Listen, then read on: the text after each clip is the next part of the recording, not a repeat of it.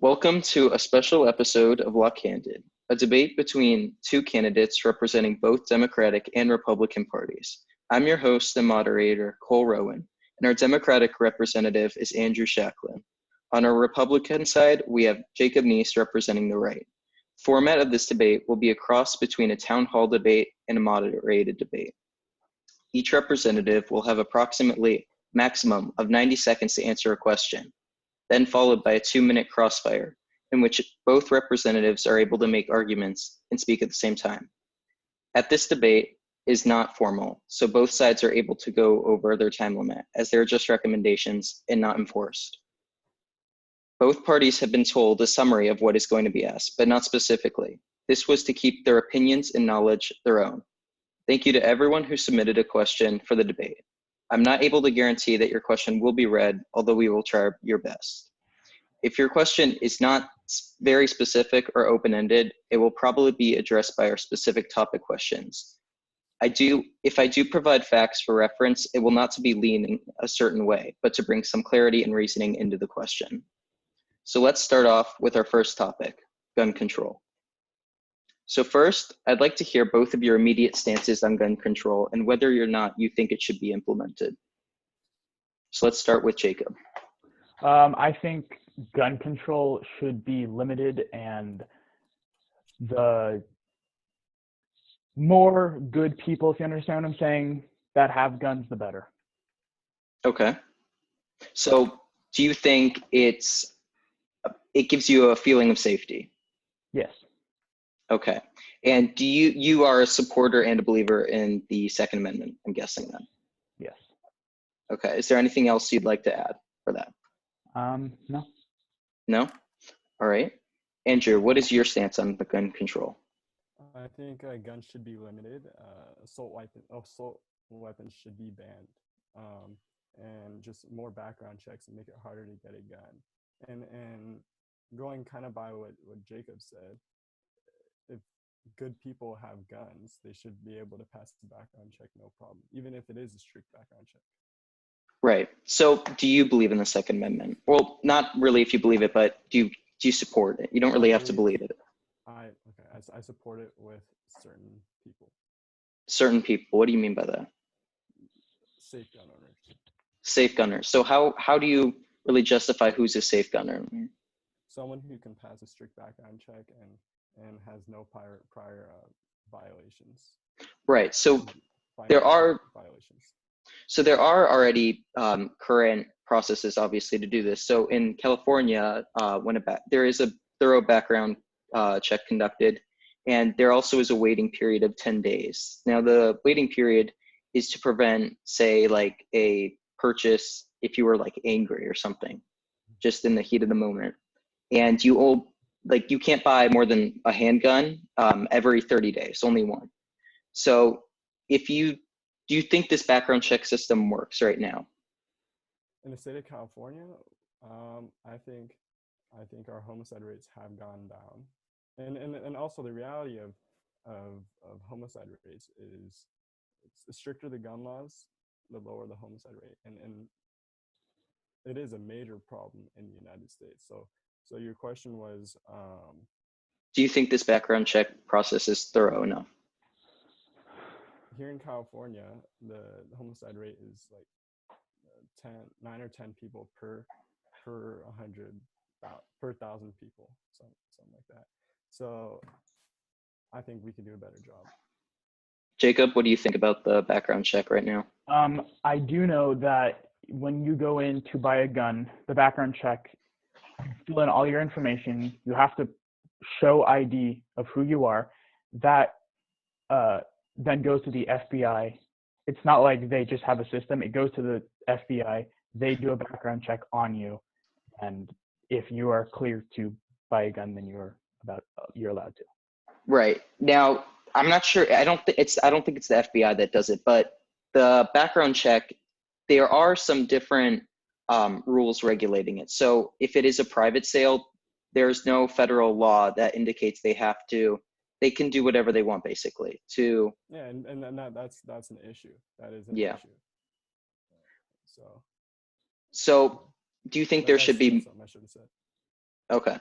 So if this could be improved in some way, how could they improve it? Like if it didn't come back on the first background check, it wouldn't come back on a second. So do you think there should be like a psych So eval or something like that as well? in the top, yes, yeah, in the top 100 mass, in the last top 100 mass shootings since 1984, 84% of those shootings have been with guns that the person had bought legally.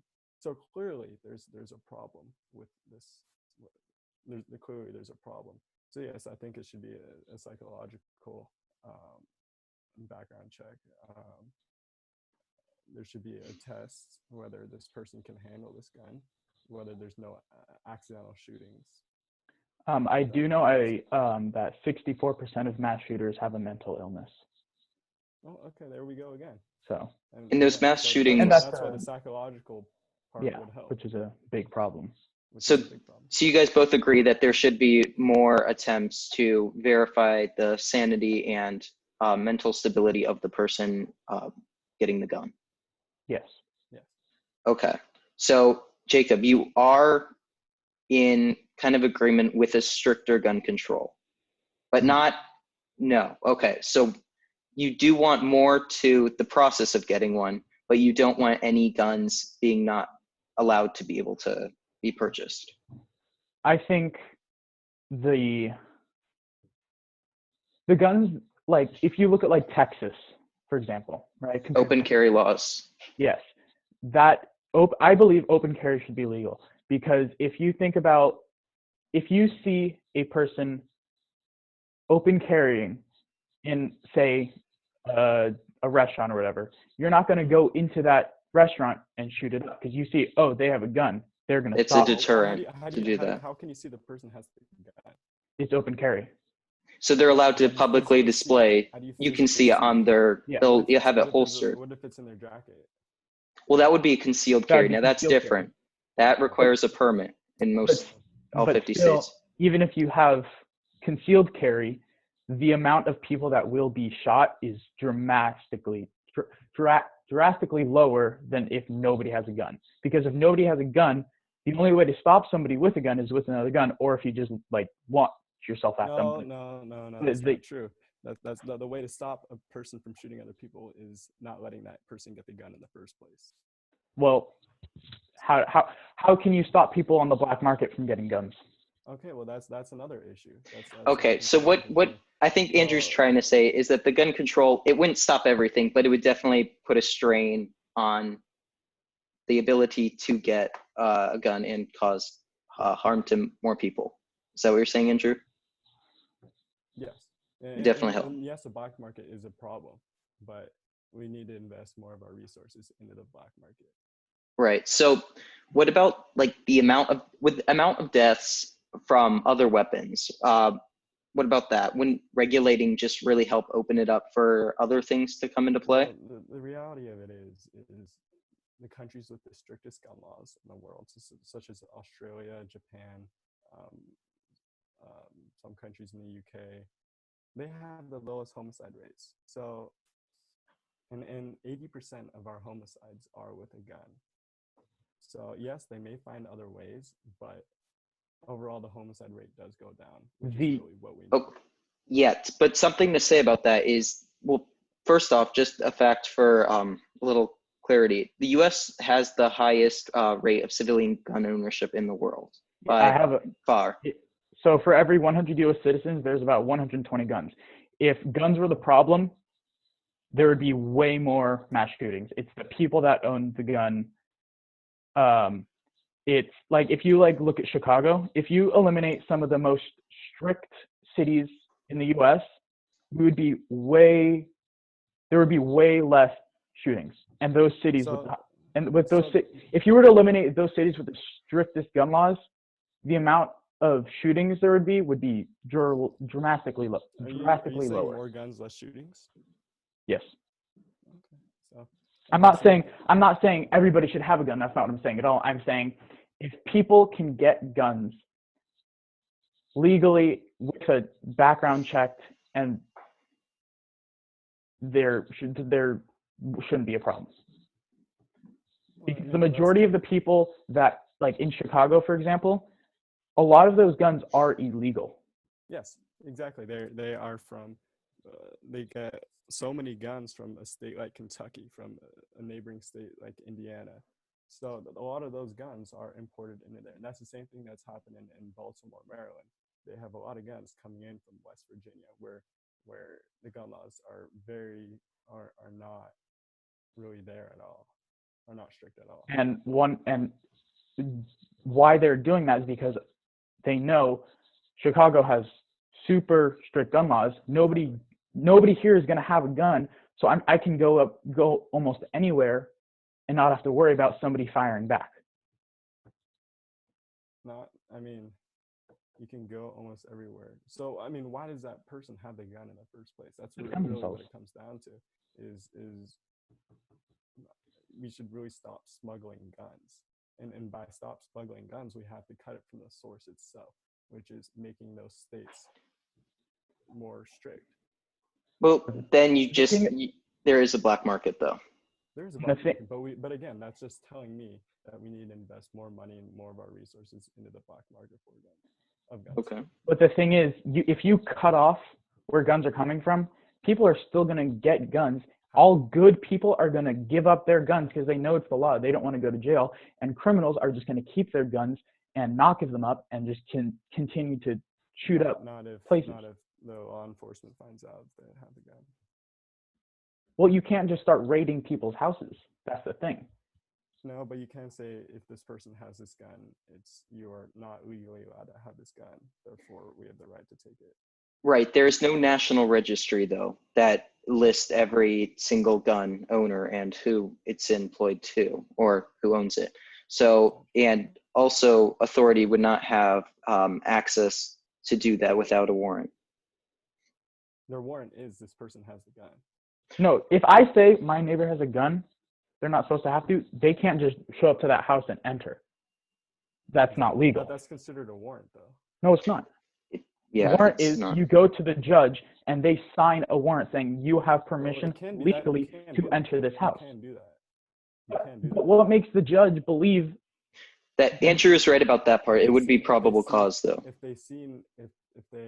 If you have visually seen and you have evidence of this person has a gun illegally, you have the right to do that.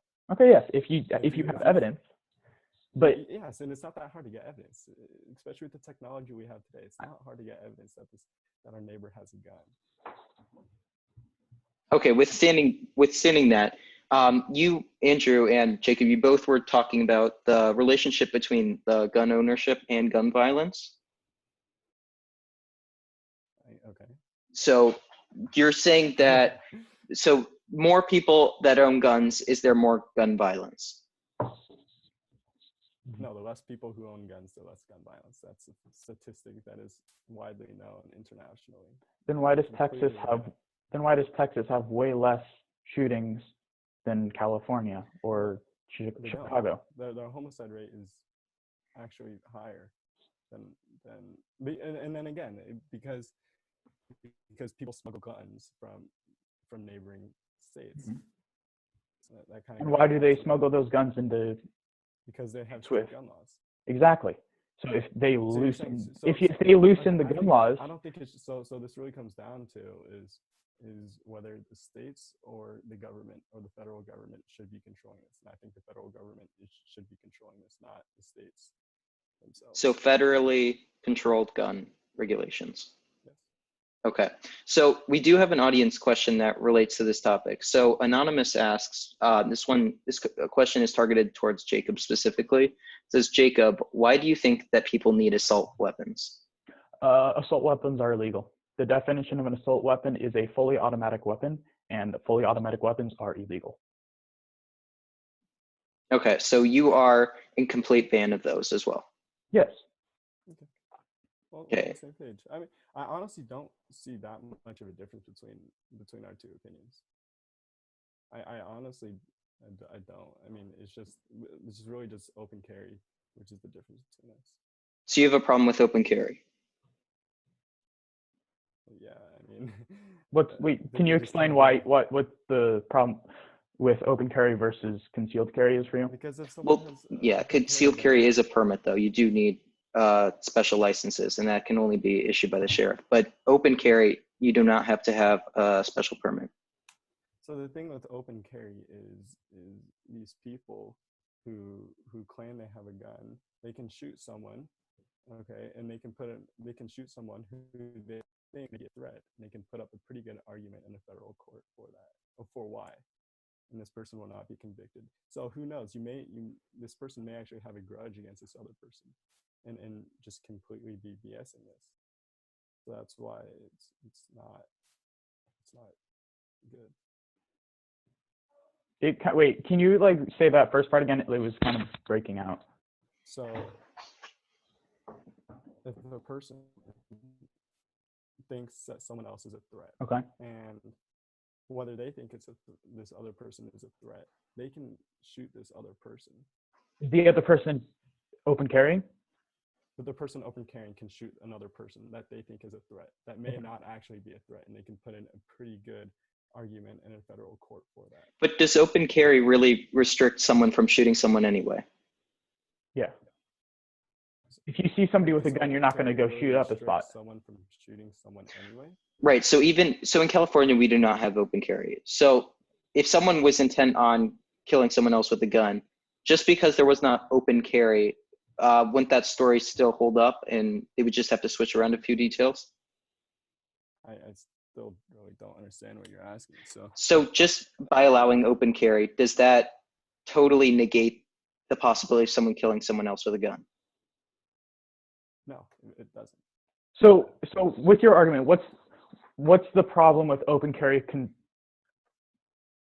instead of concealed carry? So you said, are you okay with concealed carry? No. They're basically the same thing, just one you have to get a permit, and one you can see and one you can't. They're basically the same thing. Well, they're actually different. The other one isn't. Because some states, most states allow for concealed carry with a permit, but not all states allow open carry. Well, I mean, that's just a difference between the state's decision. I mean, that's not necessarily the difference between the actual idea itself. Okay. So do you think, one more question for gun control, do you think that the Constitution, when it was written with the Second Amendment, has become obsolete, and we should be able to modernize the Constitution, especially to affect the Second Amendment? Well, the Second Amendment, one of the main things is if the government is wrong, like they're trying to take our guns, they're not doing what the government should be doing, we should be able to fight back, correct? Right. So Okay. you're saying it's hold on. for suppression. So the government, their guns are improving. Their weapons are improving, right? Would you agree? Yes. Okay. I'm not really aware of that, but Well, okay. So when the Constitution, when it was the military, are you talking about the police force? I'm talking about the government. The government's weapons have improved since it was written. Would you agree? I mean, so technology has those.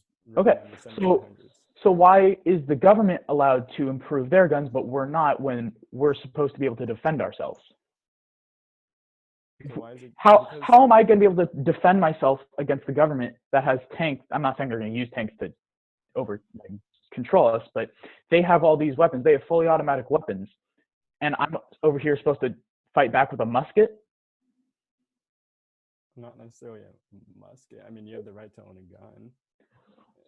I mean, if you put it that way, then everybody should have a gun, because the government's just going to take over. Are you comparing automatic weapons to like civilian class weapons? I'm just saying the military government, whatever you want to classify it as, their weapons are improving. Why are we not allowed to if we're supposed to be able to defend ourselves against the government? Because the government, they won't necessarily take over. As long as we have a two-party system, Socialism. they will not take over. Socialism. Hitler. He took away our guns. That wasn't a two-party system. That was a one-party system. That was a guy controlling everything. That was a guy. Yeah, exactly. And if Hitler didn't take everybody's guns, it could have turned out differently. But he took everybody's guns. Okay, again, we're taking guns from bad people. We're not necessarily taking guns from good people. We're taking certain kinds of guns from good people, but we're not taking. I think Jacob is saying that it could change into this. Yes. Well, as long as if the government starts to take our guns, the direction of this country could dramatically change. Yeah, I mean, yeah, that would happen. But again, as long as we have a two-party system, you think the government is just going to go out and kill people? What I'm saying is if they take our guns, they're going to be able to control us in every single way. And we're not going to be able to fight back in any way. That's just not. So how did Hitler do what he did? Again, as long as we have a two-party system, they will not be doing that. I understand that, but if the Democrats, lefts, liberals, however you want to classify it as, take our guns because they think they're only thinking about this part. They're not thinking about what could happen later in the future. No. We're thinking about the 20,000 people who die each year because of guns. That's who we're thinking about. And what cities are those in? I mean, the majority of them are happening in Democratic left-leaning cities. Okay, but again, that brings us back to guns are smuggled between people. Yeah, I don't really see how that has a comparison with that. It really just goes off into that one argument, is that people keep smuggling guns from these neighboring states. That's what it really comes off to, is that. And I'm saying if those states that are the guns are being smuggled into this state. If this state had less gun laws and people were able to access guns that were good people, it'll be even worse. It wouldn't. No, it wouldn't. It would. No. It would be even worse. No. Then why do the majority of states like Hawaii, right? They have open carry. They have some of the lowest violent crime rates with guns in the entire country. They have open carry. If you want to put it in that perspective, then we can compare countries like Colombia and El Salvador. How are they doing with gun balance? Well, what about the population of Hawaii? The ratio, like I'm not talking about, Hawaii only has, for example, like obviously these numbers aren't real, but let's say Hawaii has 100 people and one person shoots and it's bad, okay? And then you have California, or I don't know, Texas or whatever. They have 10 times that. And I'm saying Hawaii has open carry. The gun laws. Okay, but how many people have actually shot people that are defending them? What are the statistics on that? How many people have used their open carry to stop shootings? A lot. I don't know the exact number, but a lot. Okay. I mean, that's just, we've only heard a couple on the news. There was one in a church. Well, because the media is controlled by the left. Okay, well, that's another conversation. Okay, we'll get that topic later. Okay. So they do not want to show stuff that will contradict their argument. Okay, Cole, can we just talk about this for a quick minute? So we both agree that Fox News is a right-wing conservative news station. Yes. Mm-hmm. So and NBC, MSNBC, and CNN are not. So those are like the three biggest news. So Fox News actually gets 2 times the amount of viewers that CNN and MSNBC both get. So people are actually getting conservative news as much as they're getting liberal news. Okay. Okay, so it's the trail by the media is that you're trying to make is wrong.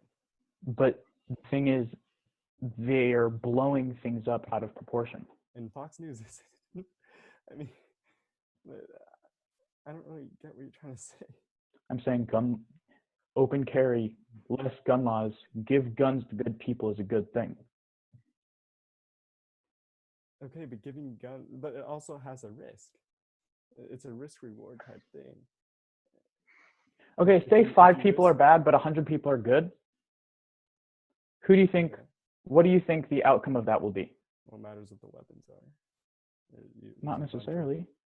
If it's 5 people with a gun versus 100 people, those 100 people will win against those 5 people. If those 5 people each have tanks versus 100 people. Well, nobody has a tank. No. If you're making an unrealistic. I'm making realistic comparison. I'm making realistic. I'm making a realistic argument. Again, but those 5 people can that one of those 5 people can injure 500 people. Not if somebody else. Not if one of those 100 people are at that same spot with a gun that can stop that person. So here's the thing about that. How could someone shoot someone who is 1,000 feet away where they don't even know they thought it was fireworks in Vegas? How could open carry help that situation? How could open carry stop somebody from shooting? No, I'm just talking about that specific situation. How could open carry help that situation? If somebody sees that somebody's 1,000 feet away, Yes, just like what happened in Vegas, because that can't happen. I don't think it should happen. That That person was also had a mental illness. Okay, so he. So people with mental illnesses should not be getting weapons. Okay, well, I definitely agree with you on that. I think that's something that. So that's definitely why the psych eval should be implemented. Yes, people with mental illness should not be getting guns. Now, there's this gray area where it's like, okay, where should this line be drawn? Because there's some mental illnesses where it doesn't really affect that, but then there's others that do. You know what I'm saying? Yeah, I see what you're So saying. there's this gray area of, okay, where should we draw the line? Well, Which I don't even have an answer for that either, but I'm saying there should be more attention focused on mental illness and those people that are getting guns than just, oh, we have to get rid of a pistol grip on a shotgun. Like, that doesn't affect anything. That's not going to prevent shooting. What's going to prevent another shooting is a good guy with a gun that they see, he has a gun, I'm not going to go there. So do you think there shouldn't be any gun-free zone or gun-free zones are a target for shootings. Okay, so I don't know the exact percentage, but it's in the Do you think schools should have guns? Do you think teachers should have guns? Because they can stop mass shootings. I know for a fact there should be armed security. So if you feel there should be armed security, let's use that same logic. And if you treat kids like criminals, they're gonna act more like criminals. Why would I be? How is having an armed security gonna be treating students like criminals? Because you're basically saying this person is. It's like a prison. It's like a prison. They have armed security guards, and that's basically what you're. But there's a big difference between a student who is trying to learn how to add 5 + 3 versus somebody who's trying to shoot up a school. You can't compare the two. A student is sitting in class watching his teacher. Some of those students will shoot up a school. So. Okay, but if somebody's trying to come on campus with a gun, right, and they say, oh shoot, armed security, I'm not going to go there. I don't want to get shot. It's not going to. But okay, so it'll happen more often. No, it won't. It will because it is so easy to smuggle a gun in your backpack. It is so easy. You're saying it would happen more often if there was armed security. Yes. A school shooting. Why? How is armed security gonna? You're treating kids more like criminals. Therefore, they will act. No, but a lot of places have armed security. It's not uncommon. I know. How about our school? And our school shootings should be going up. Are going up. Our school has armed security. Do you agree? We have a sheriff with a gun, right? Yeah. Okay. There's a perfect example. Nobody's going to come to our school seeing a sheriff with a gun. No. Well, you can't say that officially. You don't know that. What? Jacob, he said that no one would. You don't know that. Still, I mean. I'm saying the amount of school shootings will go drastically down. We are one decently small public school. You cannot compare us with the rest of the country. But I'm saying there's an armed security guard on our school. So you're saying no security guard at all? Not necessarily. I'm saying we take precautions for these people. So in what circumstance should there be an armed security guard? When you have a warrant to. When you have a reason. Well, the possibility of a school shooting, isn't that a reason? Not a possibility. I mean, everywhere has a possibility of a school shooting. But isn't that everything a possibility until it happens? Yeah, I mean but I mean, there's a possibility that I can walk outside right now. I mean, nobody's necessarily stopping me. Yeah. So, and that's the same thing with bringing a gun to school. You know, I can bring a gun to school. Nobody will know I have a gun. Yes, but how many people do you? Wait, hold on. Let me ask you a question. How many? Say the security guard wasn't a thing at our school, right? How long do you think it will take for the first call, hey, school shooter, to where police arrive, or somebody already on campus to come stop that? What do you think the time difference is? Not that much of a difference. Big difference. The only difference will be the drive from the Yeah, exactly. station. Do you know how many more people you can, okay, compared to, okay, imagine this, 30 seconds versus 3 minutes. Big difference, right? Yes, but if I'm in a classroom with 30 other kids, it's gonna happen anyway. It's gonna. Okay, but if you're in a classroom with 30 kids, you can kill all those people, go to another classroom in that time before not necessarily in that time. No, it matters what gun you use, and if we're banning assault weapons, that you can. Assault weapons are illegal. Well, again, yeah, exactly. Assault weapons are illegal. You're not allowed to carry. Fully automatic weapons are illegal. Okay. That's where. So what are you talking about? That these people can if okay, since they are illegal, okay, let's say the person has a revolver. Okay, how many people can they kill? Well, let Andrew talk. Hold on. How many people can they kill? 6 in a span. Okay, 6.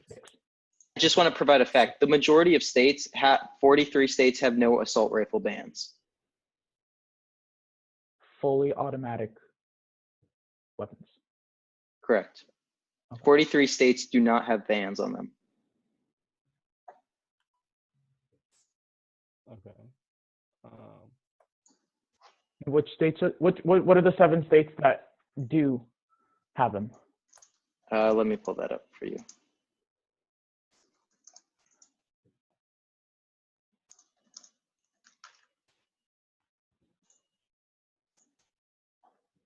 Do you think there is a problem with the shootings in the United States, Jacob?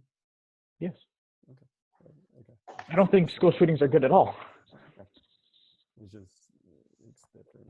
I'm saying in order to stop them, a gun versus a gun versus a gun with nobody with a gun, who would win? Well, it matters. There's more. What are the chances? There's more complications. What are the chances of a person without a gun beating a person with a gun? Slim to none, correct? That's irrelevant, though. No, it's not. That is totally irrelevant. How is it irrelevant? You're saying we shouldn't have guns at school. Because you're presenting an unreal situation.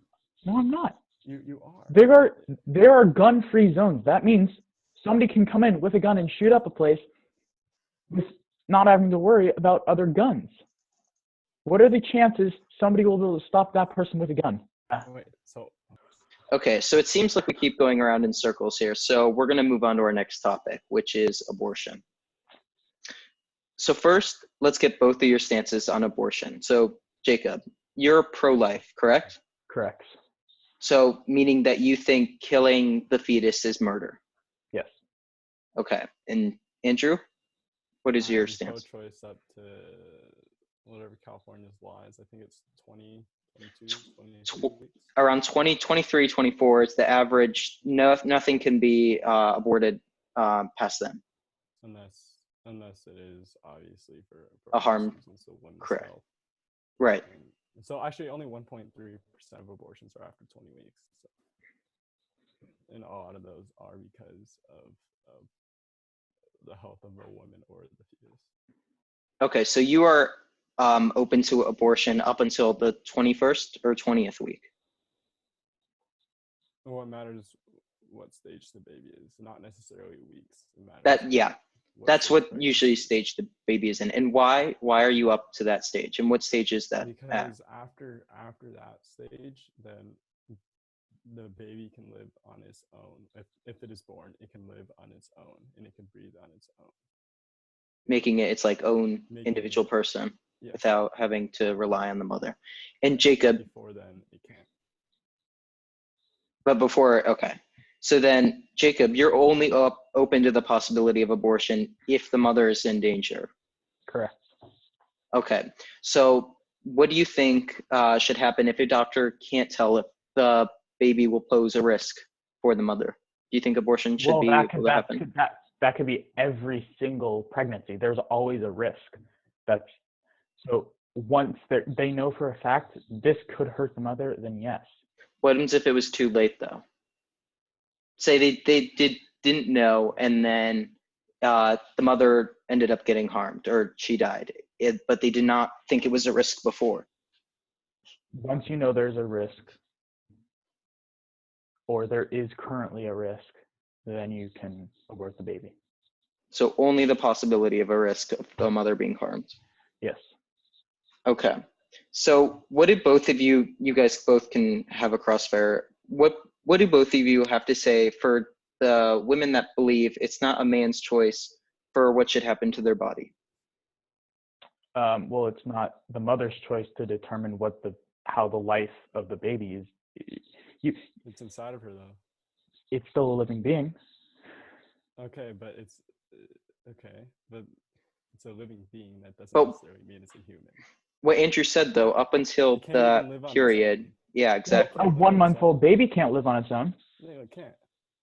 Okay, so so it has to be, Again, 20 weeks. fully be able to fend by it. it. When it can. What? I think he's saying biologically, when it would be growing, it is able to support itself. Yes, that is after 20-something weeks. That is where I draw the line. That is Okay. why I draw Well, the at line. 8 weeks, there's a heartbeat. Okay, is that So a person in a coma who is they're basically living off of a machine. okay? I get that, but that person has lived before. This fetus has not lived before. That is the difference. It is living though. It is not. A clump of cells are Has- living. not It's a an- living thing. the So person in coma if what has you're lived before. if what you're saying is true, both of you, does that mean taking someone off life support in a coma, is that killing them? Are you murdering them? It's up. Usually there is some people have a will. Other times they're like, okay, so like after a month of being in a coma or whatever, pull the plug. Or they leave it up to like their family or their spouse or whatever. But is it still That's the murder? same thing that should go on abortion. Well, if you say after this point you can pull the plug and I will die, no. Are you saying abortion is murder because the fetus is not able to say, oh yes? It can't. Like, It can't defend itself. Well, okay. What defines murder to you? Killing somebody that can't. Killing somebody that doesn't want to be killed. How do you know? It can't. How do you know it doesn't want to be killed? It's a bait. That's actually pretty. When you're- it sounds like an obvious question, but it's not. well, the definition of murder is just like is ending a life. So it's not rather if they want to be. If that's it, then I can kill the spider on my wall. Is that considered murder? Are you gonna? No, because it's not a human life. So it's the killing of a human life. So what we really have to define is what is a human life. How do you define it? Are you a human? I am a human. Are you living? I am. You're a human life. But do I need someone to help me breathe? Can I survive on my own? Yes. Can a 1-month-old baby survive on its own? No. Yes. No, it can't. It can breathe Without- it can breathe on its own. He's It can saying breathe on its own. withstanding the actual like society or like implications where it wouldn't know how to feed itself. He's saying could the body breathe and its heart beat by itself? Yes. Okay, so that's what I Can think a- Andrew's saying. Can a 9-week-old baby have its heart beat by itself? Yes. Okay, well that's two different. Just because it can have a heartbeat doesn't mean it can't survive. Just doesn't mean it can survive on its own. Correct. That's what Andrew was saying about that 20 week stage. So why are you against a 25? Because it can live on its own. How? That's when It can he's breathe saying on that its it own. does can not breathe on its own. need support from the mother. Exactly. But it still does. How? If you stop, if the mom stops eating, the baby's gonna die. It still needs. No, I'm talking about out of the womb. Out of the womb. If the baby is born after 20-something weeks, it can survive on its own. For the most part. Okay. So So that's why? where I draw the line. Okay. So why? What is your? So you're against anything before what? 21 weeks? 20 weeks? What did you say? Yes. Okay. So it's because it can't fend for itself. Well, he's not saying fend for itself. He's saying it's genetically able to survive on it by itself. Okay, so if a 15-month-old, or not month, week-old baby. That's been born? No. So is that considered life to you? Yes, it is. Okay, so you're killing life. Okay, again, I can bring the same analogy as I did if I kill a spider on my wall. You're killing a human life. Okay. So is But killing a is it- human life different? Is that it's what not- you're it's- saying as well? I'm saying killing a spider on your wall is way different than killing a baby. But what's the difference? I mean, I One's get a it. human. It's a human, but it's not. There's not really much of a difference. I mean, the spider can live on its own. The baby cannot. The fetus cannot live on its own. It can't live on its own, and it never has, and it won't Okay. be able to until. So because it can't 15 weeks. live on its own, you have the right to kill it? I think he's saying it's still a part of the mother. Yes, it's still part of the mother. Well, so is it. And So is a 25-week. we can, So we okay. can go So how both many? on- Let me ask you. So you're saying a 10-week-old baby is part of the mother? Yes. Okay. So how many If it is- fingers? if it is- if it How many is fingers not does a human part of have? the mother- If it no, okay. If it is not part of the mother, then it should be able to survive on its own. Am I wrong? If it's no. If it's Thank you. if it's not part of no. It is part of the mother until it can survive on its own if birth. Okay. That's So what how I'm many talking fingers about. does a mother have? I don't know. I guess What does biology teach you? How many fingers does a mother have? 10, Okay. So why doesn't it have 20? because Why doesn't it have 4 eyes? Why doesn't it have 20 toes? Why not 4 legs? I don't see what this comparison is really You're saying seeing. it's part of the mother, but then a mother has 2 legs, not 4. I don't understand what you're saying. He is saying that the baby is part of the mother. Yes. If it the is baby is part of the mother, then It it is would part have of the 4 mother legs. until it can But he survive on just its said it own. has 2. He's not. No, that I'm Well, not sure that definition really works for this. You can't just pick and choose what you want to have it count as. If you say it is part of the mother, then the mother has 4 legs, but it doesn't. It has 2. Okay, but that's applying to like a physically description or not internally. Like, I'm not sure that really works for Okay, this. so does the baby have its own DNA? Yes. Okay, so it's its own. But can it survive on its own? That's really what it comes down to is can it survive on its own? So that defines life. That define yes. No. don't- Oh yes. What defines life is what defines life to you? Something that's living, that has a heartbeat, So something that has a heartbeat. something that's living. Something that, Well, not all living things have a heartbeat. So something that's living, I'm saying like a tree doesn't have a heartbeat, but it's still a living thing. So is chopping down a tree the same? yes, No. chopping down the trees. Why? No, But it has a heartbeat. Because it has a life. because it's not a human. Okay, but So- now let me ask this. What about vegetarians? So are you a vegetarian, Jacob? No. Are you vegetarian, Andrew? Okay, so what do you think the difference between killing an unborn fetus versus killing a cow for a hamburger? Is there a difference? Yes. Why? Killing a cow for a hamburger is to feed yourself. Correct. You don't kill But a you don't baby. need to. You don't always need But to. you don't kill a. But killing a fetus is to make your life better. It's the same exact. You don't thing. have. It's for You can your go through the benefit. pregnancy. You don't have to It's keep the for your baby. ben- There are so many families out there that Okay. can't have kids. No. Yes. Here's where you're wrong.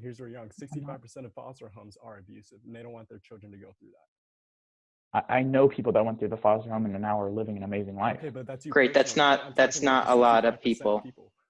I'm talking about the 65%. Okay, well then the problem is I mean- the foster home. It's not the actual living being. Okay, then- Yes, then- I agree. then- Wait. I agree. 65% is terrible. I'm not saying that's good at all, but I'm saying you shouldn't be able to kill a living being just for your own life. It's not your life for you to take. But it is. It can't even survive on its own though. So Okay. you're not really taking something that's. Yes, you are. It's a living thing. You aren't. Yes, you are. It's living. You are killing it. It can be.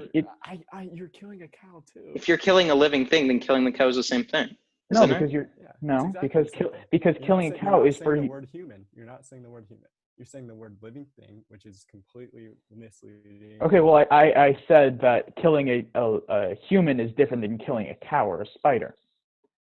Well, why? Killing But you're not. But you're because not. it's a You're human. just saying that, but you're not Right. saying that. Now You're not saying that's in anything your about the mind. You think that a human life is above all others. Now, that's opinionated. I'm So saying you look- should. I'm not saying you should be go killing cows for the fun of it. That's not what I'm saying. I'm saying if you're killing a cow, you should be I'm able not to saying kill. that either. You're killing that cow to feed, to keep people alive. Exactly. Okay, so your reasoning in that and does you're not ending matter. that You're cell ending with an is to output benefit still. the person. It's to Exactly. benefit that person. So does that really change the fact then? I couldn't understand what either. And- You both were talking, so So, okay, killing the cow for your own benefit is the same thing as ending a fetus's quote unquote life. It's for the benefit of the person. you don't. You can go through a pregnancy without killing a baby and give it up. You don't have to kill something just. Again, they don't want to do that because it's 65% of foster homes are abusive. They don't want to do that to their children. They don't want to risk that percentage. That is really what it comes down to. They don't want to risk that percentage. Yeah, not only that, the most common reasons people that have abortions in the U.S. Are need to care for existing children, financial concerns about having a child, work or school commitments, and concerns about the relationship or becoming a single parent. Also, what about, say, like trauma or something of that happening? And then there's The majority of women go different through trauma after an reasons. abortion. The majority of women go through trauma after abortion. Yeah, but what will happen if they have the baby instead of trauma? What do you think will happen? You're not killing a living human. Okay, but again, what do you think will happen if? Do you think trauma, or do you think having to drop out of school when you're 17 years old is worse? Who said that baby growing up is going to drop out? Exactly. Anybody can drop out There's of a lot of school. things. No, even if you don't go through a foster home, you can drop out of high school. Right, but Okay, he's but saying that is a reason why they would. Not everyone wants to drop out of high school. It doesn't matter if you're going through a foster home or not. I'm not saying it is. I don't really get what you're trying to say. Anyway, we're really Cole. Can we move on? 'Cause Yeah, we're really can we not shift? Yeah. going anywhere with this. So there's a few questions. So this is a great spot actually for it. So this one is also targeted towards Jacob specifically. But Andrew, please answer this if you want. Anonymous asks, Jacob, how do you feel about the fact that Trump was pro-choice before becoming president of the United States? Well, People can change their mind.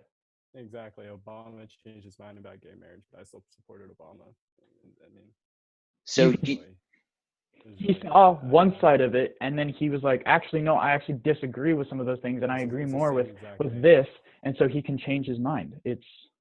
I mean, he's Jacob. I don't want to speak for you, but you're probably a policy guy, not necessarily a Trump guy himself. So, right? You agree with Trump's policies, not necessarily Trump himself. Well, yeah, I agree with his policies, but what do you mean? That would mean he would agree with himself. There's not really like a line right there. So do you support Trump as a person? I think is what he's asking. I'm not necessarily trying to. I'm saying, well, in some ways, yes. He has a spine. He does what needs to be done. He says what is going. He says something and then he tries to follow through with it. Okay, just. I mean, we could talk about Trump with social justice. So, that will be coming up later. Yes. Can I bring something up? Cool. Sure. Of course. What do you think will happen whether if it's murder or not, that's kind of irrelevant to this. What do you think will happen if these abortion laws are put in place? Then you're not killing an innocent baby that can't defend itself. What do you think will happen with the numbers, with the statistics? What do you think will happen? Because with the abortion laws that you are proposing, and not necessarily proposing, with the abortion laws that you're agreeing with, what do you think will happen with these laws? What do you specify? What do you think will happen with abortion rates? What do you think will happen with Abortion rates will go maternal down. rate? What do you think will happen with the population? By how The much? population will go up, but you By how can't just much? you can't. By how much? I don't know the numbers on that. Okay, so if it'll go down, even if it's not zero, that means there's still illegal abortions that are happening. There will be a rise of those. It's going to be there will be a rise in those by so much. And Jacob, your original purpose was to protect the mother at all costs, correct? Yeah. So Okay, if so illegal abortions, Okay, well that's illegal. We can't stop illegal things, but we can stop the life of an innocent baby that can't defend itself in any way from being murdered. Okay, that's really irrelevant right now. I'm just asking you. Like, How is it irrelevant? We're talking about abortion. No. But I'm talking about the laws now. I'm talking about what will happen with the laws. I was just answering what Cole said. I'm not talking about the morality of abortion, because honestly, that's not really important. It's what will happen with the laws. That's really for everything, is what will happen if we put these laws in place. What will Babies will be able to live and not have to. There's so many people that the foster care system is already overloaded. They already have too many. And that's a problem. And that is a problem. And we need to fix that. But it'll make it, if abortion is outlawed, they're still going to happen no matter what. I can guarantee that. It'll only be more dangerous for the woman and the fetus. Okay. That's really what it comes down to. It'll be more dangerous for the woman and the fetus. And abortion rates really in countries that have been banned, they've really not gone down very much. They've only gone down by 3%. So that's a lot of illegal abortions. Yeah, and I think that's wrong. You shouldn't. But they've only gone down 3%. So really, I'm saying abortion laws don't really do anything besides oppress the mother and make it harder for people to live. Can I ask a question for both of you guys? So is aborting a baby. It makes it hard for the baby to live. Okay, again, it's only 3%, so abortion laws don't do much. They really don't. They only create a much bigger black market. Okay, I'm going to bring up a stat for you. In Romania banned abortion from 1965 to 1989. Okay. On average, during those years, 10,000 women died each year in the process of getting an abortion. Okay. In the process, not even, yeah. So imagine, and there's populations 1/16 the size of ours. Imagine if that happens in America. Well, I don't really know much about Romania. I don't know. I didn't do the research on Romania. Imagine if that happened in America. This is just one example. Imagine if this happened in America. Do you know how many women die? Well, I don't think women should be deciding how another life should be ended or go. Like, I don't. But again, it's not. It is part of them. It is part of them. Oh, it's not. It kind of brings us back to the other argument. It's part of them. It can't even live on its own. It's never lived on its own. It's never lived on its own before. Okay, I think we seem to be reaching like an impasse on this part. So I'm going to ask, I'm going to just provide one more little fact. So now, if you aren't really like familiar how common an abortion is, with Andrew's statistic applied to the U.S. From Romania, that would bring about a much bigger death rate in pregnancy and abortion, as about 1 in 4 women will have an abortion in their lifetime. About 15.9 abortions have happened this year, and only 115,000 deaths from births this year. 15.9 abortions have happened in 14.9 million abortions this year. Was this for 2020? No, wait, that's not even close. There was 650,000 last year. That number's not even close. We're only 5 months in. Million, we're only 5 months into this year. No, wait. You're saying 14 million abortions in the United States this year? That's not right, man. That's not right. We're You're 5. There's close to 15. There's 14 million abortions. 15 this year. 15 almost million 6. abortions. There's been basically 16 million abortions in the past 5 months. 30 million. That's not. You're talking about the entire world? I'm talking about just the United States. Okay. Well, there's also been more laws going into place. Okay, then there's more strict which proves that it is stopping and it's working. More strict laws. If anything, they should be going down. But are they? No. By going by your logic, they aren't. You just said, what'd you say, How do we 330 have million? that much of a jump? How do we have what? Yeah, that's our. All right. So you said there's 330 million abortions. No, I'm saying there's 330 million people who live in the United States. That's Oh, okay. So how many? Okay. There's So how many 650,000 abortions last year. There's not 15 million this year. How could there be 15 million abortions this year? How is that even logical? I wasn't talking about the U.S. You're talking about the world. Yes. Okay, well that's different. That's where we kind of had. And 115,000 have died from that. Well, countries that provide abortions, very small. Cut the record. All I'm saying is the baby should not be killed based off of the mother's needs. Okay, but it is attached to the mother. But it's still its own living thing. Whether the morality of abortion is right or not, we should really just be focusing on what will happen if these laws are put in place.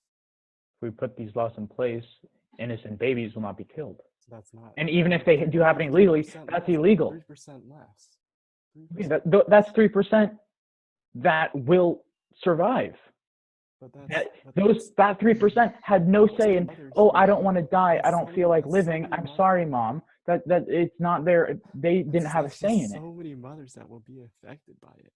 There's so many kids that are going to be affected by not being able to live. That's 3%, dude. Okay, that's 3% that will be able to live and have a say in their society. There are so many people that they were going to be aborted and then they managed to survive through it, and they're saying no, abortion should be wrong. They lived through it. Like, yes, they don't remember it, but they know for a fact they were a failed abortion, and they don't think that's right. They went through it. That's them personally. Do you think that choice could be opinionated? Well, this entire thing's an opinion. Right, but I'm saying those people, don't you think they would have obviously a stronger viewpoint like yours because they wouldn't be alive if they were aborted? Well, yeah. Right. So if someone was not a failed, so that's a flawed statistic. If it wasn't a failed abortion, they would never be able to. I mean, the fetus wouldn't feel or anything. If they were killed, they wouldn't have a voice. Exactly, but they wouldn't be able to even feel anything at all. So it wouldn't. It's okay. Okay, we're going in circles. So right. So I think it's time to move on to our final topic: social justice. So, but just before we get into this topic, I'd like to make sure you guys know what's going to be discussed in this. So this is a pretty broad topic. So I've selected questions that create a sort of wildcard format. So these questions will range from racism to Trump's response to COVID-19. Okay. As so many questions have been submitted, this topic is largely made up of audience questions. So thank you again for everyone who participated in submitting a question. So starting off with our first socially justice question. Does climate change exist? I knew that was coming. From Anonymous. Okay. Okay, I don't really get how that really fits in the category of race in the coronavirus. Okay, but anyway, do you want me to start or do you want to, Andrew? Andrew can start. Okay, because you've started. Yes, climate change exists. I mean, if you're asking us a yes or no question, yes, it exists. And the real question is what we're going to be debating. I think Jacob will say it's real too. Jacob, is climate change real? It's just a yes or no question. Yes, but I want to expand on my. I know. So okay. Really, it'll be our little debate will be on is whether it's caused by humans or not. That's what we're really going to be debating on right now. Yeah. So I'm going to go on and say my take. So why is it that when carbon dioxide is released in the air more, why does climate change go up? So yes, I believe climate change is real, but it is extremely blown out of proportion to what the media says and what people believe. So you think the Earth going up 3 degrees a year is blowing it out of proportion? dude, imagine what 3 degrees will do. Okay, I mean, I know 3 degrees doesn't sound much, but 3 degrees can be the difference between rain and snow. 3 degrees can be the difference between freezing and not freezing. Okay, Andrew's hold on. right about that statistic. If the ocean were to drop a temperature in like a degree or two or rise a degree or two, a lot of marine life would die. But another question to ask you, Jacob, since you think that climate change is blown out of proportion, what would be the purpose to blow it out of proportion? What benefit would that cause? It's a political tool or like a scare tactic for people to vote for them. And it's like climate change, there's two like opinions on, well, there's several, but there's no true, like, I feel like it's a scare tactic that to get votes, saying, oh, we'll drop everything to fix this problem when there's so many people that can't even get a full-on grasp of it. Like, there's people that just kind of make it, they hear one side of the story and they're So like, you're saying okay, it's mainly a political tool to get votes and support? I'm saying that's part of it, yes. Not to change the world, not to. I said it was part of it. I'm stop saying yes. jobs. I completely agree. Climate change is a real thing. You don't think that's it? But I'm not saying it is. I'm not saying you don't. But when, like, one of the tests that was to read like off of CO2 emissions and stuff, it was taken in Hawaii by a volcano, and volcanoes release more CO2 than humans do. Whoa. So you're saying volcanoes release more CO2 in the air than humans do? Yes. Total? Or just over the last 500 years? Because obviously 500 years ago we didn't. Wait, Cole, can you just fact check that? So what would you like to be fact checked? If volcanoes release more CO2 emissions than Check recent studies, because that's really. Because I looked it up and that's what it said. So. Okay, so I'm at change.gov, so it's a government website. So he's saying what they're saying is human activities emit 60 or more times the amount of carbon dioxide released by volcanoes each year. So humans are really doing more. Cause of CO2 going in that. Okay, well, I'm just saying I looked it up and that's what it said. That volcanoes release. But I think, did they do the study during a violent eruption? Because it also says large violent eruptions may match the rate of human emissions for the few hours, though, they last. But they are too rare and fleeting to rival humanity's annual emissions. Hold, let me find the website because I want to. I'm not saying you're wrong, but you're not gonna find a website. It's climate.gov. You're not gonna find a website that will say volcanoes release more emissions than humans do. You're not gonna. And they also have data that does show that fossil fuels are speeding up climate change.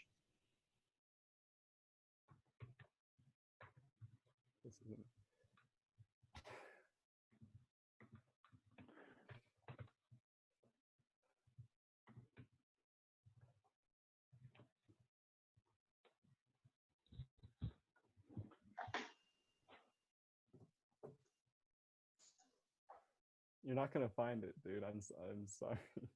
Well, yesterday I found. Not worth it. It's not worth it, man. If okay, well. Even if it does say it, your source is probably wrong. It's probably from the beginning of time. Probably it's what it was saying. Different. Okay, but I'm okay. We're not talking about the beginning of time. We're talking about the amount of warmth the Earth has gotten. I'm not sure we're going to reach a resolution on this one. Okay, well, there's this one. Okay, there's just one more thing I want to say about climate change. All right. So there's all these people saying that conservatives are like anti-environmental, and that you kind of know what I'm saying with that, right? For the business impact is what you're saying. So what are the cities? Los Angeles, San Francisco, and New York. Their pollution is worse than the more conservative cities of like Phoenix, Arizona, Atlanta, Georgia. Atlanta, Georgia, and Phoenix, Arizona have the nation's most clean and eco-friendly cities. Okay, but here's the thing. That's a flawed fact. I don't understand what that statistic is proving, though. Yeah, I don't either. I'm So just saying, like, no, so I'm just just let me saying explain. people say conservatives are People live in a anti-environmental and lot that they don't closer agree with that areas. when Phoenix, Arizona and People Atlanta, live Georgia have cleaner air. That wasn't the people question. The live question in was, does a climate lot change closer. exist? I said it Well, does, okay, yes. well, yes, it does. That's a yes or no Okay. question. I mean, it's a broad topic. We're not going to disagree. That's a terrible debate. Sorry. It's okay. The thing with that statistic is these people in New York, Los Angeles, and San Fran live a lot closer. Okay, so if you look at emissions per capita, the emissions per capita will probably be a lot lower in Los Angeles, San Fran, and New I'm York. pretty sure it's than based off the ratio. cities. For this many It's not, people, yeah, there's this much it's emission. not. It may be more in the air, but there's a less of a population, there's less people causing. No, I'm saying I'm pretty sure it's based off the ratio. For this many people, Okay, there's well, this many. You're pretty. I mean, so you're saying it has an opposite effect?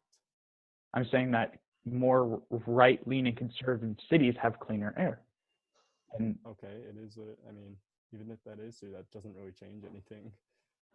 I'm just saying people say conservatives are anti. Okay, so you're just trying to diminish stereotypes. Yeah, Okay, because okay. I'm not gonna say. That's fine. You can diminish stereotypes.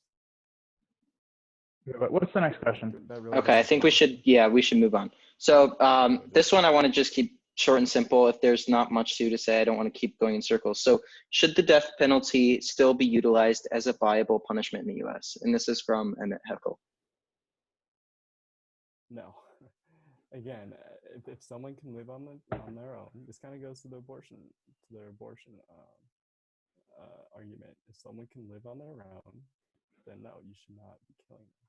If they have the right to live, then no, they should not be killing them. And I don't really get how Jacob can sit here and claim for life and not. Because a death penalty is for mass murderers, rapists, gangbangers, all these people that are doing all these terrible things to people. If you're killing lots and tons of people, raping them and assaulting them, sexual assault, all these things, why there's no equal punishment for that? What he's saying is they've lost the right to live, but an unborn fetus hasn't, I think. Yeah. Okay, they go to prisons actually, and if you want to talk about that from an economic standpoint, it is more expensive to kill someone through the tactics that we have with the death penalty than it is to put someone in life of prison on average. So you're saying it's more expensive to kill somebody through the death penalty than to feed them for the rest of their life?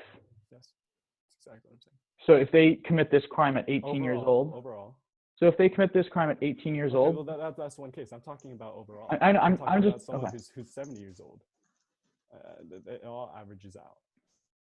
So that's really, you can't really use. Well, that's just one person. I'm not talking from an economic standpoint. I'm talking about, okay, if you want to kill 20 people, rape them, and sexually assault them, there's no equal punishment to that. Andrew's right on this. Deathpenalty.org says the death penalty is far more expensive than a systems utilizing life without parole sentences. Okay, well, I'm just saying there's no equal punishment to somebody that does all these terrible things to people than the death penalty. But couldn't it be also said that it's an easy way out in a way? Yes, it's an easy way out, but also not. If they want to commit suicide, they have the right to commit suicide. If they want to do that, if they wanted to die, they could. But I think spending your life in a prison cell is equally bad, if not worse, than the death. Would you rather be stuck in a room for the rest of your life with really nobody to talk to, nobody to do anything, or would you rather just be dead? I'd rather. Well, actually, you do get to talk to people. No.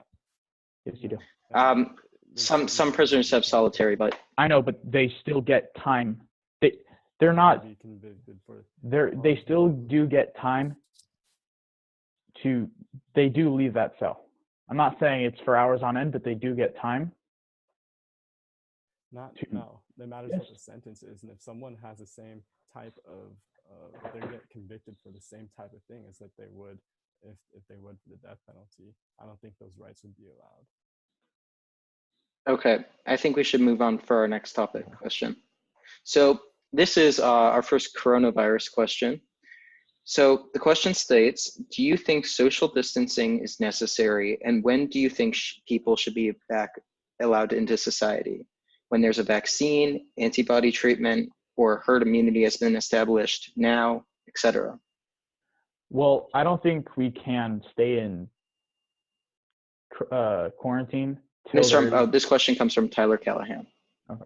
I don't think there should be we shouldn't be in quarantine until we find a cure or whatever, because we don't know when that could be. That could be years, that could be tomorrow, that could be weeks, months, years. We don't know. And so if we stay in till we can find a cure, say it takes years, that's so many people that are losing their jobs, not making enough money. Businesses are going down.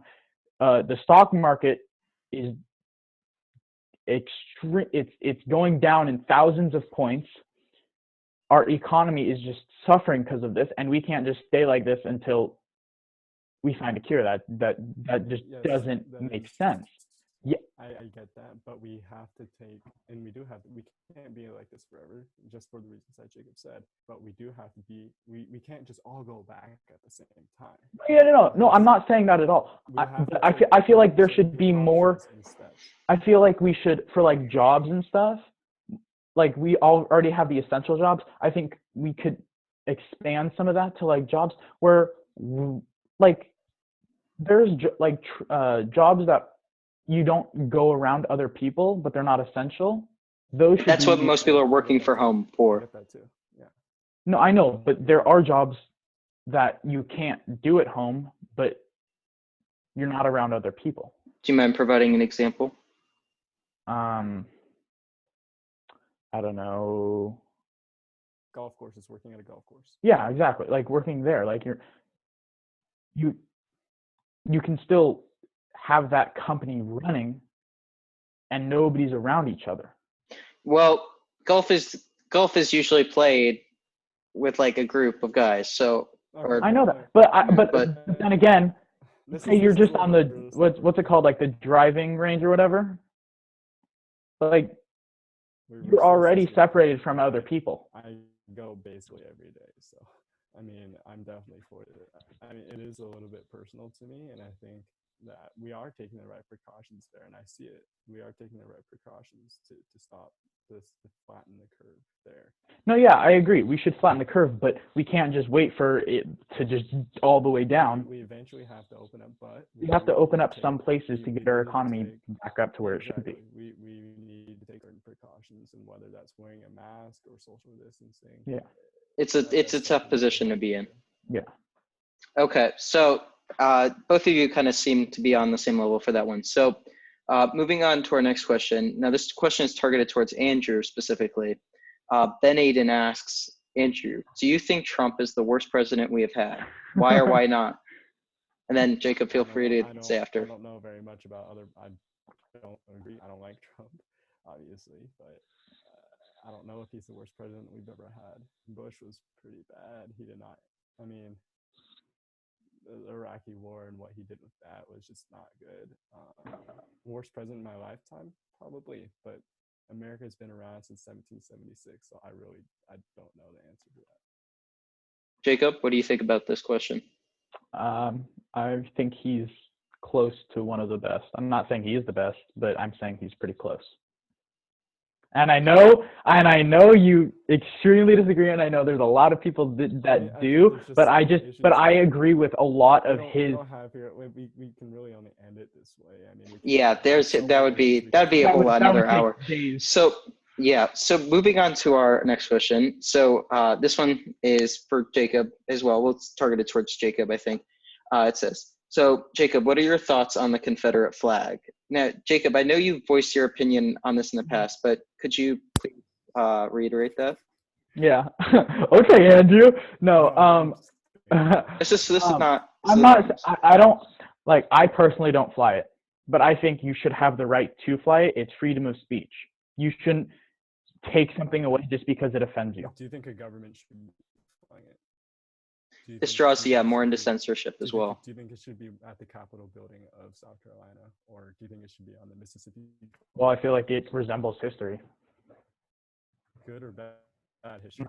I mean, the Well, swastika resembles history. I mean, that's not a valid. That's not an argument. I don't really have much of a good bad. I just feel like you should be able to fly it if you want to be able to fly it. It's Who freedom of should be speech. able to fly it? Anybody People should be able to fly it. so Anybody people people at Capitol buildings should be anybody should be able to fly it. Okay. I mean, I think private. I'm not saying citizens it's should be good or able to- bad. I'm just saying you should be able to fly it if you want to be able to fly it. It's freedom of speech. I think again. I mean, I think private citizens should be able to, but I don't think it should be It should be linked to the state government. So government, you're saying, should only be responsible for supporting maybe like the good times in history? Not good times, just not supporting the bad times. Well, if you're not supporting the bad times, then you'd be supporting the good times. I guess if you want to put it that way, yeah. Okay. So that was kind of like, that was pretty, all right, I think we can conclude on that question. Yeah. Okay. Okay. I wanted to talk more about I thought social justice is really a lot of it is like race in America and what we need to do. I thought we were gonna, but if we aren't, But Well, there are more questions. Don't worry. oh okay. Oh, I thought okay. Oh, I no, thought no, you were yeah. saying we concluded there. No, just that question. So this next question comes from Jacob Piowski. How do you feel that the Trump administration has handled the COVID-19 crisis, and why? You asking who you asking? Both of you. So in January, Trump called it a hoax by the Democrats. And going on, we don't need to worry. When there's 15 cases, it'll go down, it'll go down, it'll go down. And eventually, it didn't. And so he praised China for containing it. And then a month later, he started blaming China for everything. And there's just so many things that he could have done to prevent the spread of to prevent the spread. well, there's so many things that he could have done, yes, but when he gets fake numbers, fake tests and everything, there's not much he can do. He was told, oh no, it's no big deal. Okay, China tried blaming it on our military that we got it, which is not true. Somebody in China got the coronavirus, okay? China was lying to us about the numbers, okay? They were also sending us fake tests so people were testing and saying that they had the coronavirus when they actually didn't. It was testing positive for it. Nobody actually had it. So the numbers that you're seeing, some of them aren't even that high. Okay. For the coronavirus? Yes. Some of those numbers are not even that high. Okay. In America or China? Just worldwide. Worldwide. I'm saying the numbers are not as high as they say they are. They were fake tests. China told us fake numbers. What would be the benefit of doing that? Of China telling us fake numbers? Yeah. It's Well, greater or lower?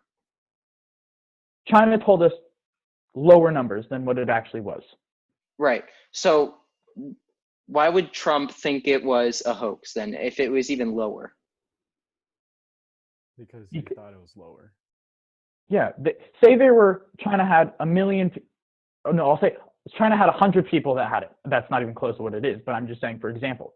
Okay. Say they had 100 people, but then China says, oh, there's only 10. You can see how he's like, oh, okay, it's not a big deal. Okay, but that doesn't mean it's a hoax. And when the president talks, this is for every president, the American people listen.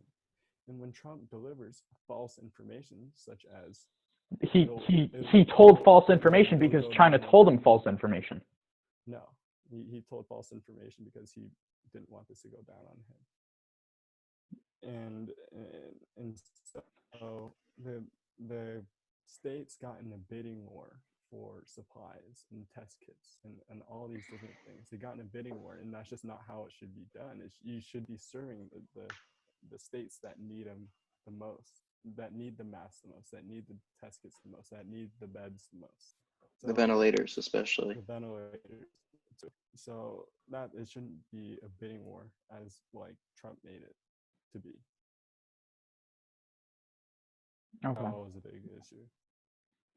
I'm just saying Trump, for what he knew at the time, because what we knew at the time was it was a lot bigger of a deal than it was, and then all of a sudden it got big, and we weren't prepared for that because China didn't tell us.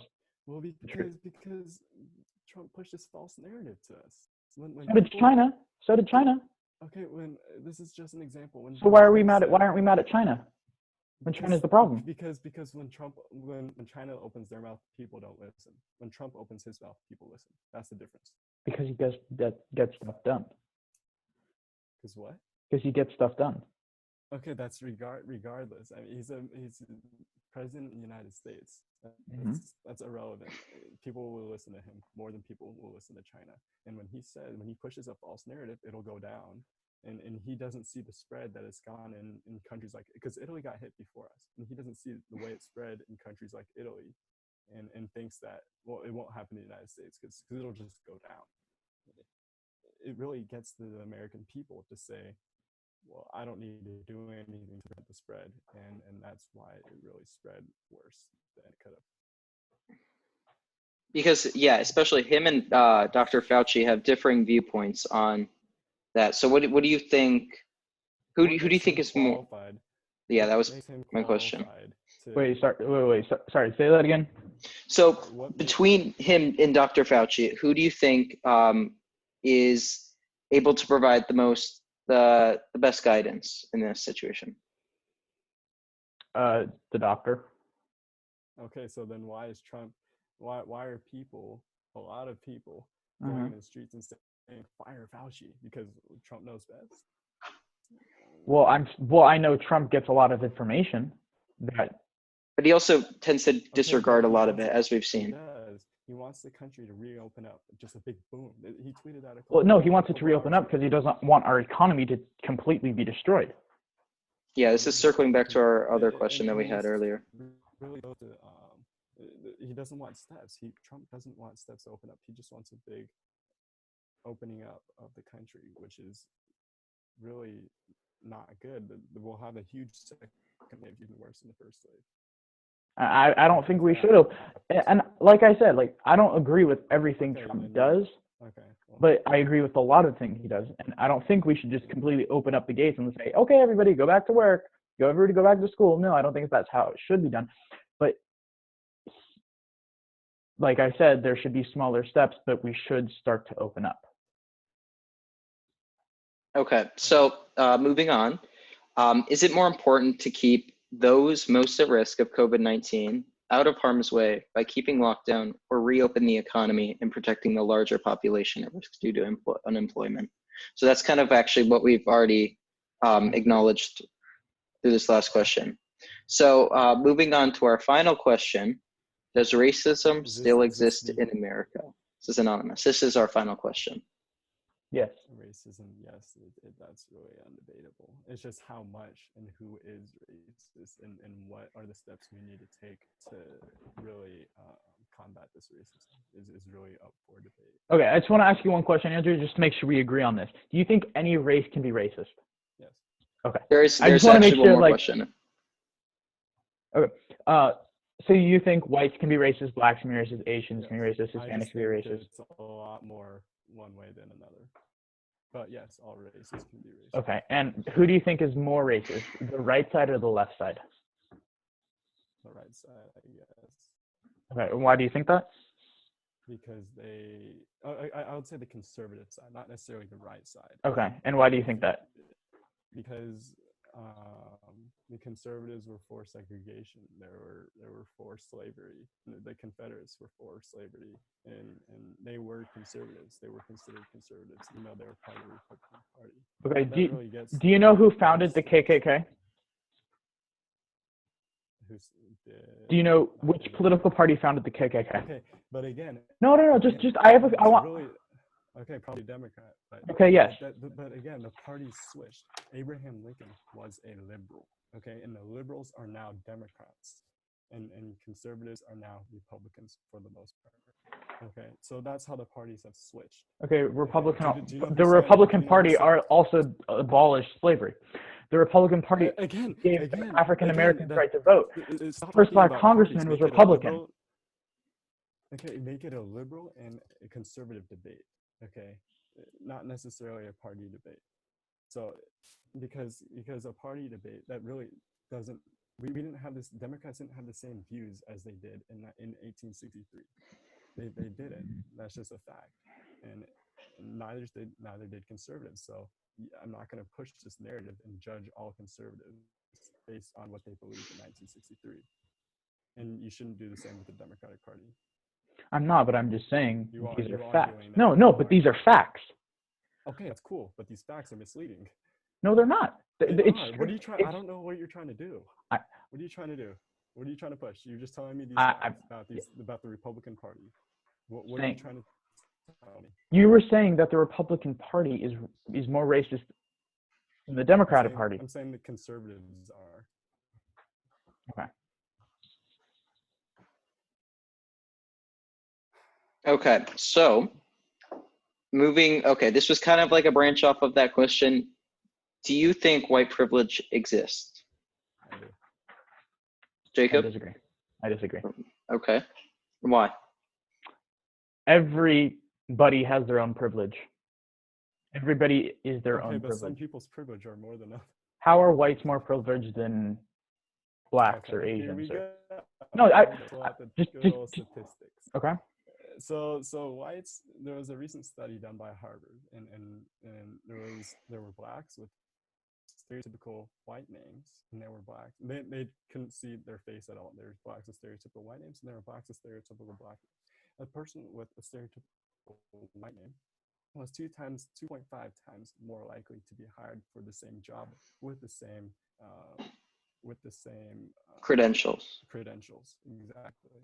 And so we can talk about police. You want to talk about police? We can do that. And so drug arrests. Let's do drug arrests. Okay, so out of all whites in America, the 72% of America that is white, 18% of those people either use or sell drugs. Okay, and out of the 12% that are black or African American, only 16% of them use or sell drugs. But blacks are 2.7 times more likely to get arrested for drug-related crimes. They also are convicted of They also commit 7 times more. They don't. Yes, they do. Jacob is actually right on that statistic. No, that I'm is talking about drugs. They commit 7 times more. Okay, but I'm saying they commit 7 times more crimes than, was it white people or all other races? I'm going to do a fact check on that really quickly. Okay. Okay, so the question was, what is the attempted, okay.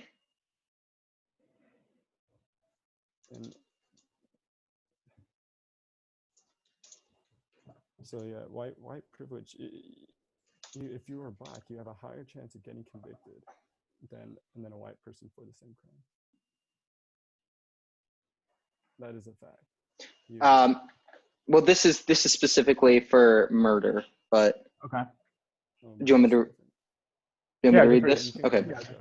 So it says it's important to note that the black men commit nearly half of all murders in this country, which is astounding when you take into consideration that the fact that they only make up 12 to 13% of the population. Okay, I mean, that's just within how much of that crime is black on black crime versus black on white crime? It does not say. Okay, well, so what was it, 12%? It was 12%, right, Cole? 12 to 13%. Okay, so 12 to 13% and 50% of all murder. Okay, you would say, okay, that's like a lot for the blacks. But that's for that specific. Okay, can you find it on drugs, Cole? What was the question though for the drugs? You can fact check me. It's whites are 2 times more or blacks are 2 times more likely to get arrested for drug-related offenses, and that's just not fair. And Well, do you know how severe those drugs It's just are? illegal drugs are illegal drugs. I know, but there's also how much. Yeah, If you get for arrested for an illegal drug, it is counted the same as if you. If you have 5 heroin, pounds of if you heroin sell versus an ounce, there is a. No, an arrest is arrest. well, he's okay. So what he was talking about, it says racial disparity. Well, for this one, it says in marijuana arrest. So African Americans are arrested for violating marijuana possession laws at nearly 4 times the rate of whites. Yet both ethnicities consume marijuana at roughly the same percentage, the same usage rate. It's actually more than I said. Okay, wait. So that's saying whites smoke this much drug and blacks smoke this much drug. Is that what it's saying? Yes. Correct. It says even though Okay, blacks and white use marijuana at similar rates. Okay, so if blacks are 12 to 13% and they're smoking this much drugs, and whites are there's many more whites and they're only smoking this much drugs, that's a substantial. Cole, what's the ratio of percentages again? It does. That's what I was just about to bring up. It does not bring in the population, so I'm not really sure what that's saying now. So but you said on the earlier thing that blacks only make up 12 to 13%. That's true, but I'm not sure if this statistic is bringing in about the population. Yeah. So I can't really verify that. Well, I don't think we're really gonna reach a conclusion on this. Yeah. And so I think, I mean, we could still talk about more police brutality, and we could talk about movements that Black people have made to keep going forward, protests. Okay, so it seems like we can't really reach a conclusion on this question either, but we want to wrap it up. So thank you guys so much for being on this debate. This has been Andrew Shaklan. You're welcome. And Jacob Nies. Gracias. Hopefully we made this a little bit entertaining. Very. So, and I've been. By the way, Jacob and I are still friends, and yes. we encourage people to have discussions like yes. this and still be friends. Yes. And I just want to make it clear, Andrew, I hope you agree with me. I'm not racist in the slightest. I see all races the same, and everybody should be treated equally, no matter what they look like, how they are, gender, sex, age, race. It doesn't matter. Just wanted to get that out there, just to make it clear. I think something that we have in common is really what America needs more of. Is we both want what's best for the United States. Yeah. And I think that's. And it was peaceful. We weren't screaming at each other. We weren't cursing each other out, because I feel like that happens way too often. Yeah. Okay. All right. So, and I've been your host. Welcome. I've been your host, Cole Rowan, and this has been Candid.